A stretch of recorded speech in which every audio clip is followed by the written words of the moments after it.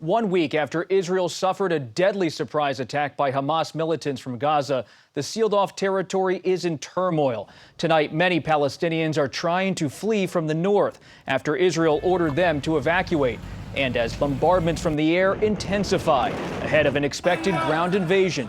Israeli Prime Minister Benjamin Netanyahu says the next stage, quote, is coming, and a sweeping attack is planned. But Gaza is already being hit. This video showing the moment of an Israeli airstrike on emergency workers responding to an earlier attack. In the United Arab Emirates, Secretary of State Antony Blinken underscored U.S. support for Israel's self-defense, but said care should be taken to protect civilians. CBS's Charlie D'Agata is in Tel Aviv and leads us off. Charlie, good evening. 1 week since Hamas launched its attack on Israeli civilians, the war rages on tonight. Gaza bearing the brunt of Israeli firepower, with the death toll climbing by the hour. The military wing of Hamas released this video purported to show its long-range missiles targeting Tel Aviv. But it's Gaza on the receiving end of punishing and relentless Israeli aerial bombardment.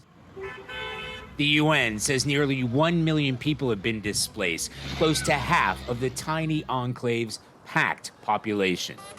Tens of thousands of Gazans fleeing from north to south, heeding leaflet warnings from the Israeli military to evacuate that region ahead of an expected ground offensive. For some, this proved fatal. A strike here on a supposed safe route killed 12 people. The bombing, the killing, terrorizing kids, women. CBS News spoke with American Susan Baseso, among those trying to escape to neighboring Egypt.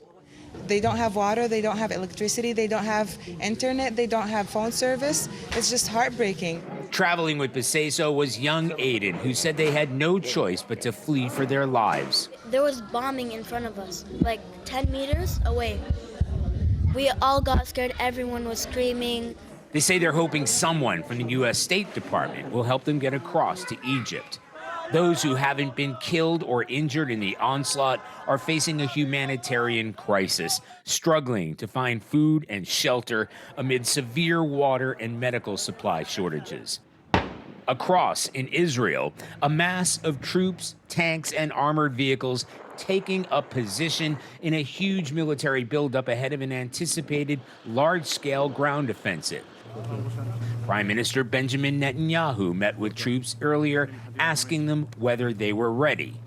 It's impossible to know the fate of more than 100 hostages Hamas militants abducted and took into Gaza. 14 Americans are reported among the missing.